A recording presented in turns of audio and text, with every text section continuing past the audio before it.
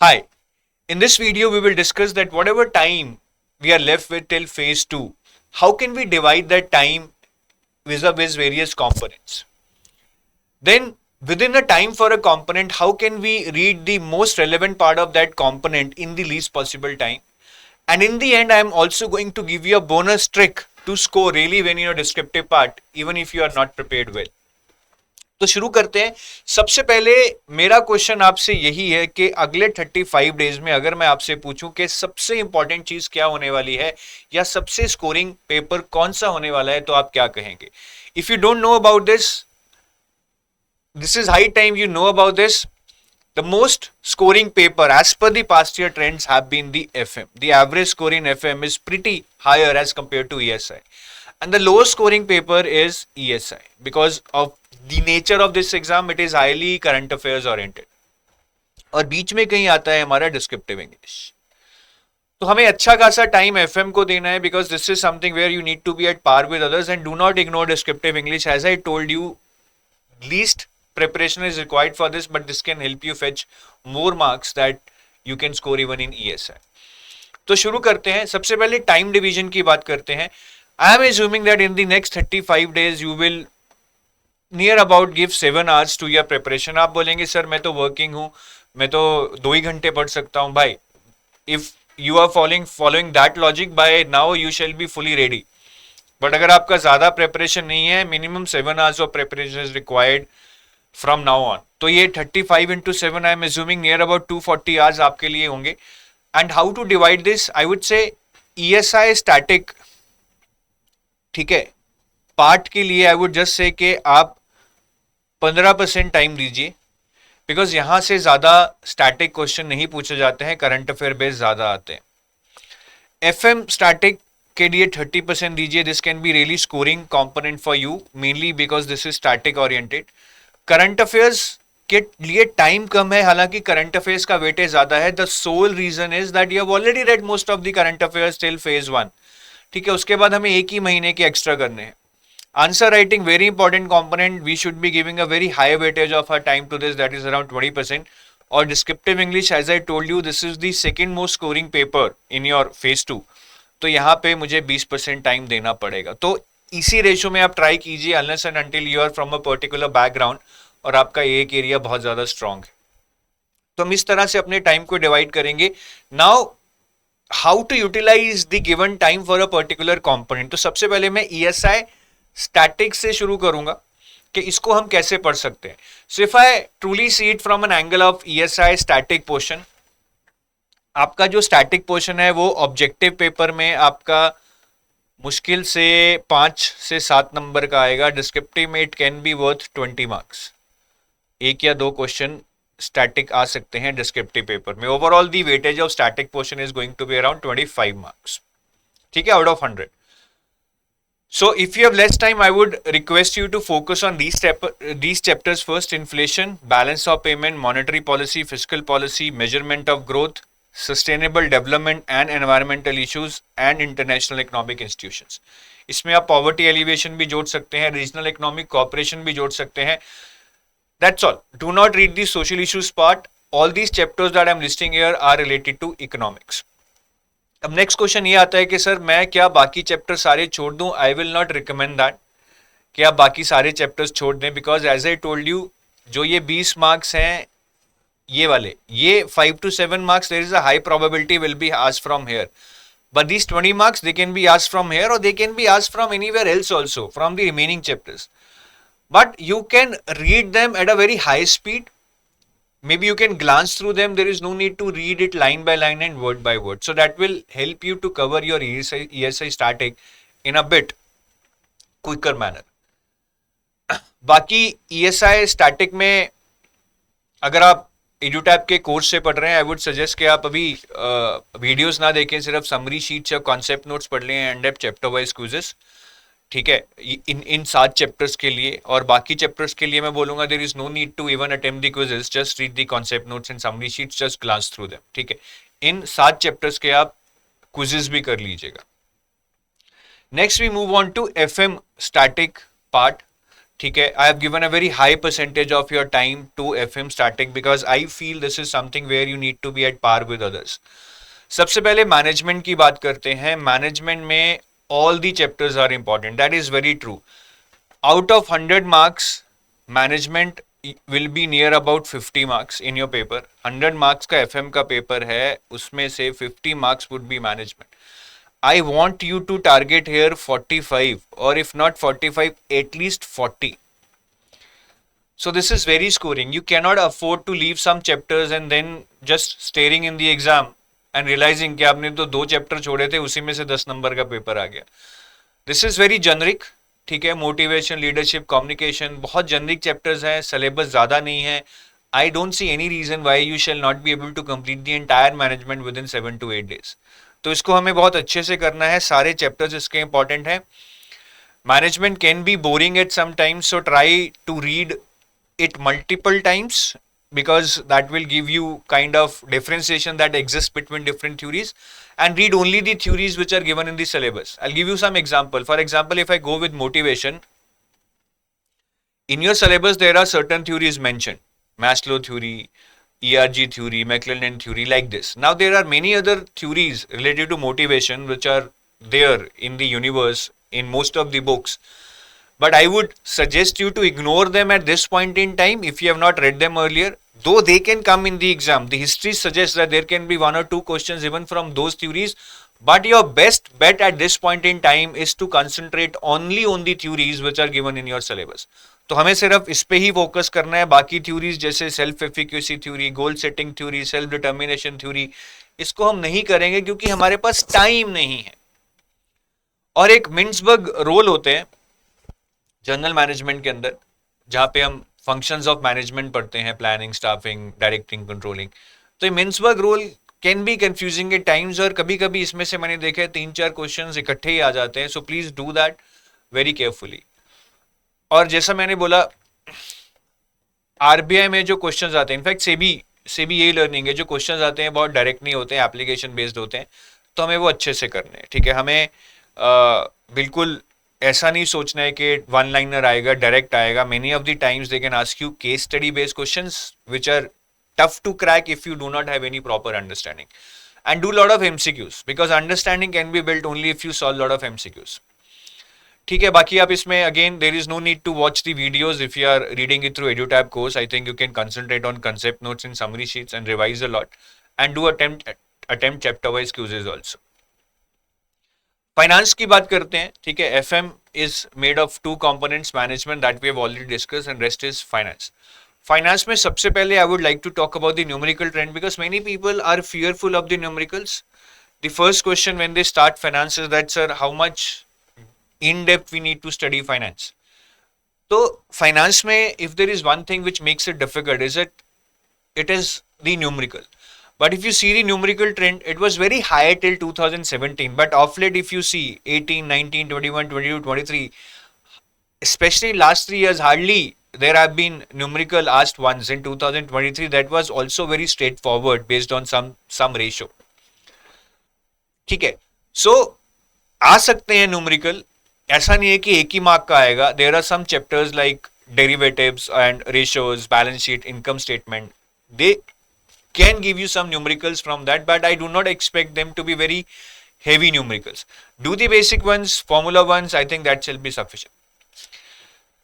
बाकी फाइनेंस में from the objective, ठीक है, objective part, which all chapters are going to be important? So I think these are the chapters which are important: income statement and balance sheet, cash flow and ratios, primary and secondary market, risk management, inflation, derivatives, bonds, functions of RBI, fiscal policy and financial institutions. So I request you to read these chapters first on priority, again with the warning that do not leave the other chapters, because जब descriptive की मैं बात करूंगा मैं आपको यही बताऊंगा कि बाकी चैप्टर्स में से डिस्क्रिप्टिव आ सकता है, बट हाँ, फाइनेंस का जो ऑब्जेक्टिव पार्ट है उसमें ये चैप्टर्स काफी रहेंगे. और जो ये चैप्टर्स मैंने येलो में हाईलाइट किए हैं, दीज आर दी चैप्टर्स जहां से न्यूमेरिकल आ सकते हैं. रिस्क मैनेजमेंट से कम चांस है, but income statement, balance sheet, cash flow ratios, derivatives and bonds, these are the chapters जहां से न्यूमेरिकल आ सकते हैं, but just concentrate on the basic ones. ठीक है, और इन सारे चैप्टर्स के कंसेप्ट नोट्स या समरी शीट्स पढ़ लीजिए और चैप्टर वाइज क्विजेस कर लीजिए. Next time move on to the current affairs. ठीक है, बहुत इंपॉर्टेंट पार्ट है, ईएसआई में बहुत भर भर के आता है, फाइनेंस में भी काफी करंट अफेयर्स पूछे जाते हैं, but most of these current affairs you would have already done.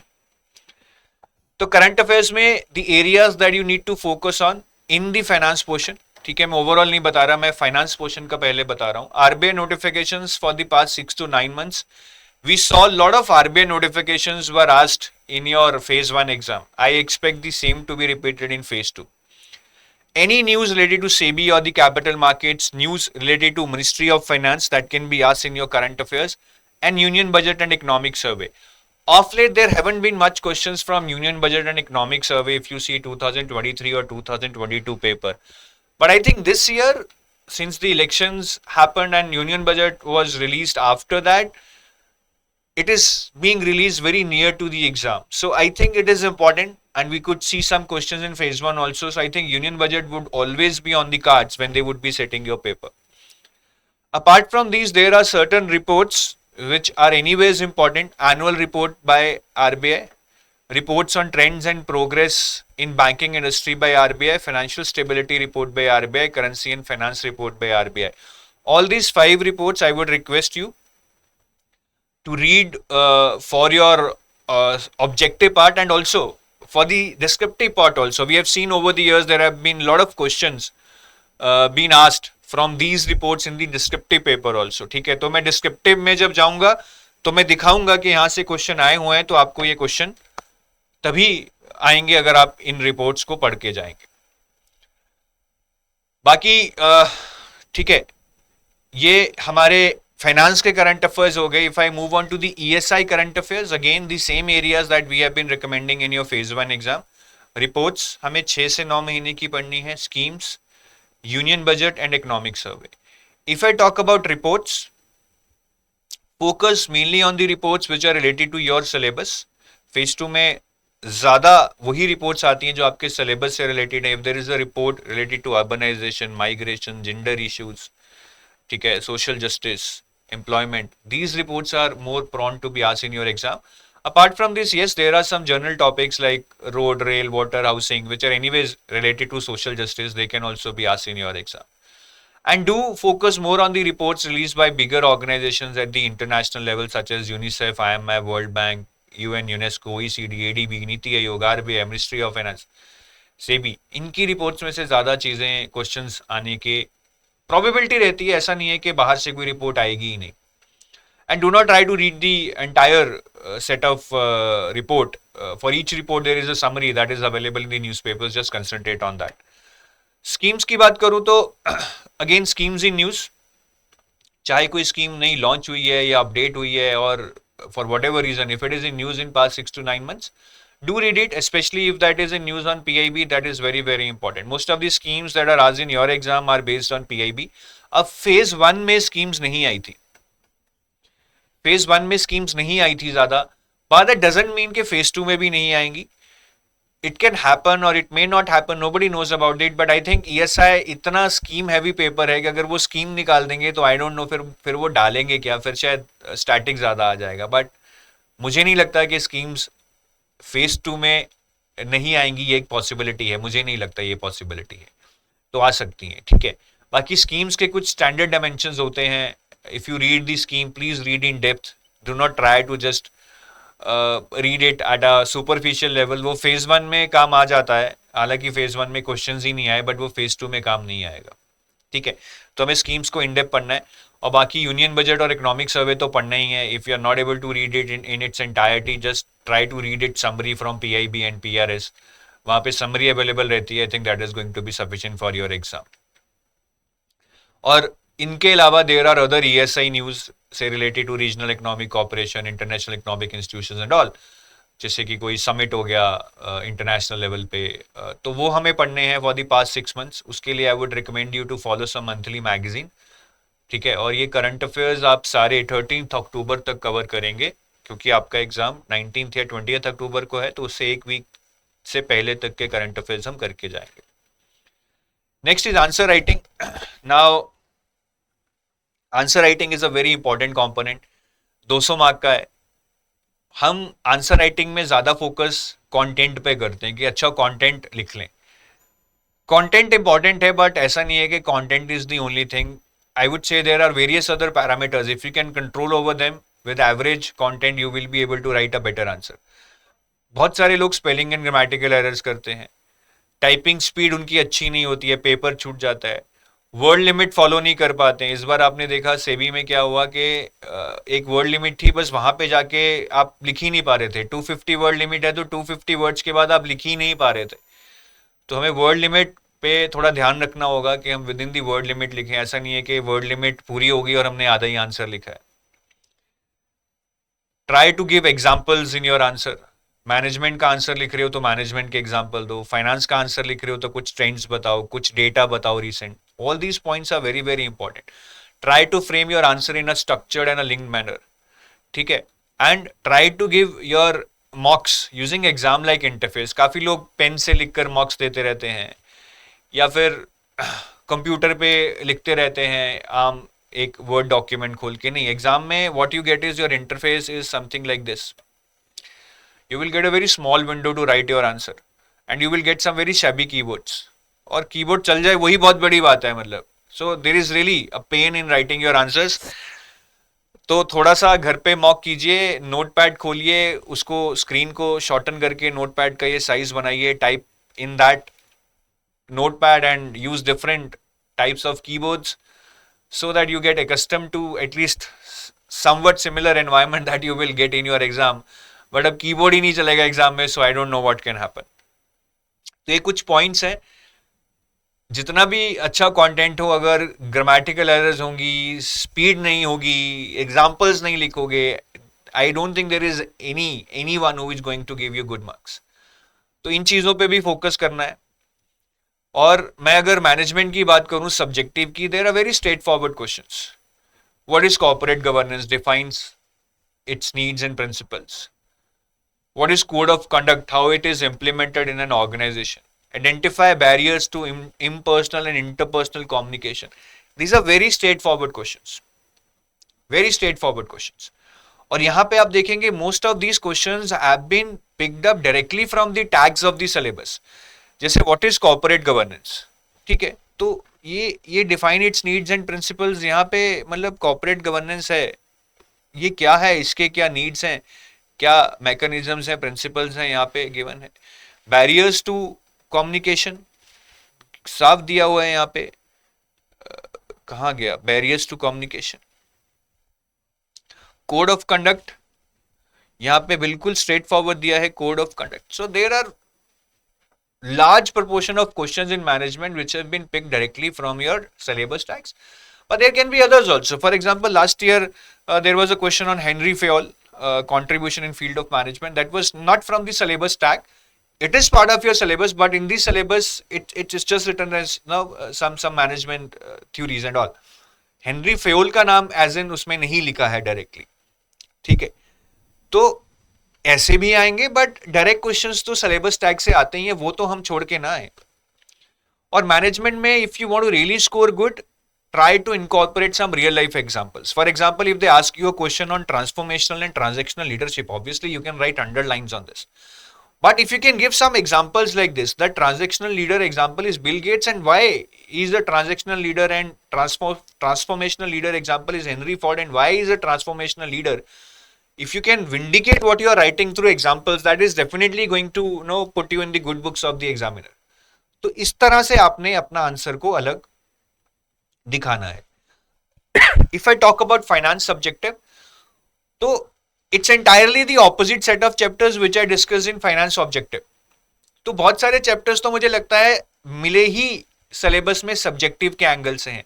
Financial inclusion, role of IT in banking, risk management तो चलो ऑब्जेक्टिव में भी था, ठीक है। Changes in global financial system, financial institution, digital payment, non banking, all these 6-7 chapters I basically see from the descriptive angle only in your syllabus.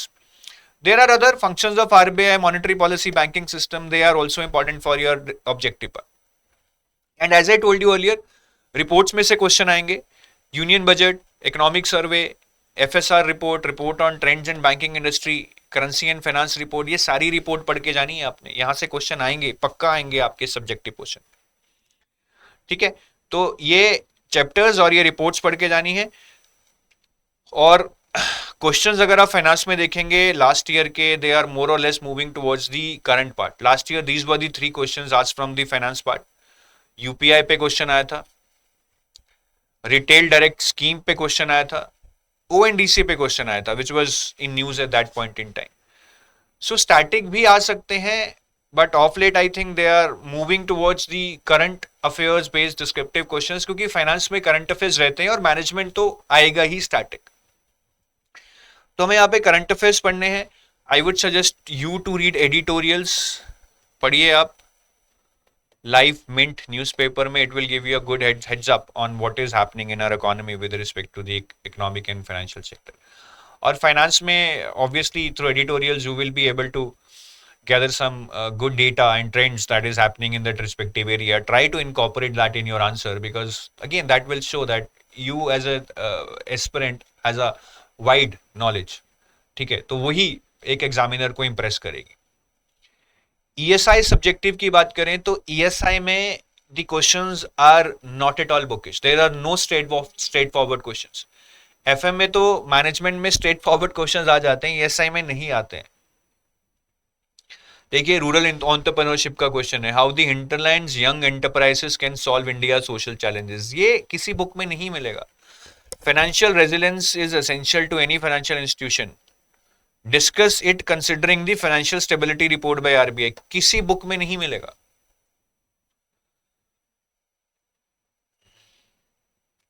तो there can be few straightforward questions like what is NBFC, how it is different from a bank, mention 5 types of NBFCs.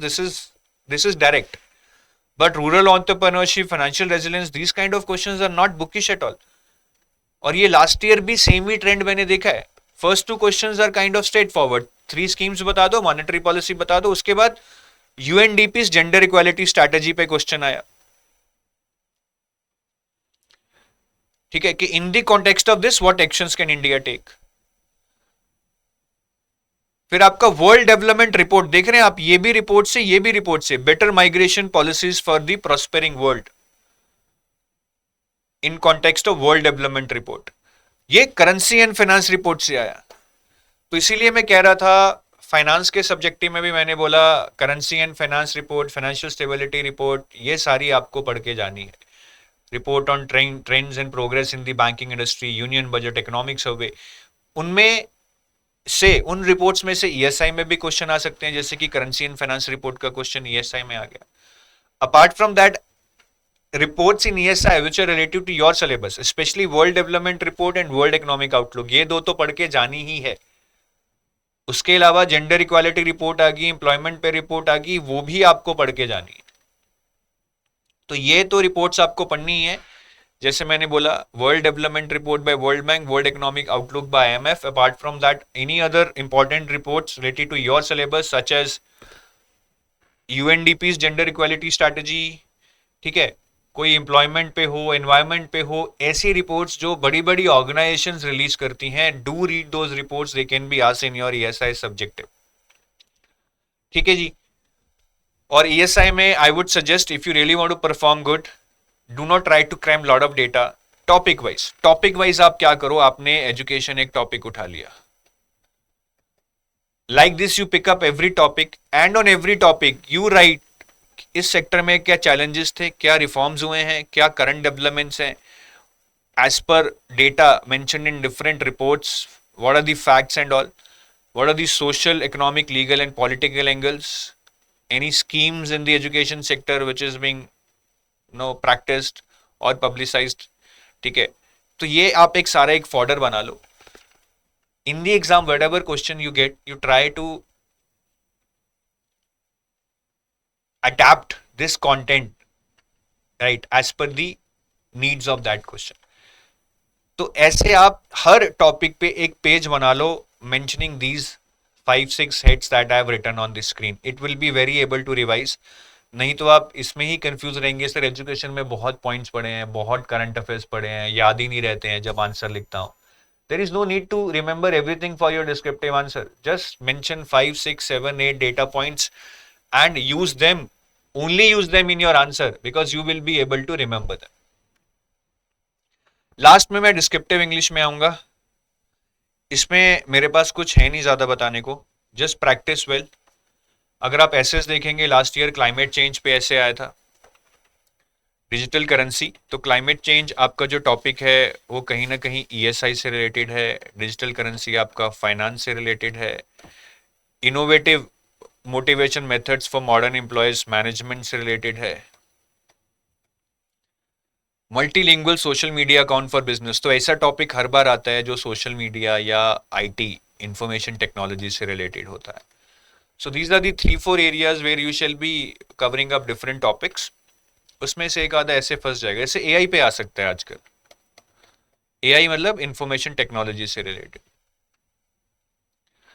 तो ऐसे आपको topics पढ़ के जाने हैं. Try to think upon it what can be the different topics that you shall be preparing for descriptive English. और mock test में I would like to give you one very healthy advice. Do not give mock test intermittently. मतलब अगर mock test number 1 दे रहे हो तो सारे subjects का इकट्ठे दो, because in the exam you will have to write all the papers on one day. तो ईएसआई एफएम इंग्लिश एक ही दिन पे दो, बिकॉज एग्जाम में जाके जो एक ही दिन में लिखने का पेन है ना, स्टेमिना है, पेशेंस है, your shoulders will start paining, your back will start hurting you. Build that stamina right now, otherwise you will regret that while you will be sitting in the exam. तो mock test को एक दिन में ही एक mock test पूरा करो सारे subjects का. And I think this can be the dates which you can choose for your mock test. 20th September, 27th September, 4th October, 11th October and 18th October. ये डेट्स फिक्स कर लो. इन्हीं dates को mock test देना है और इससे फिर भागो मत, because in the actual exam also you can not run from that exam on that day. तो डेट्स फिक्स करके रखो. उस दिन तीनों मॉक टेस्ट एक ही दिन दो. वर्किंग हो तो छुट्टी लो, जैसे मर्जी मैनेज करो. That is your problem, you will have to manage. And I would also like to introduce our complete mentorship program which is RBI Grade B Phase 2 live crash course. The classes have already started, I think.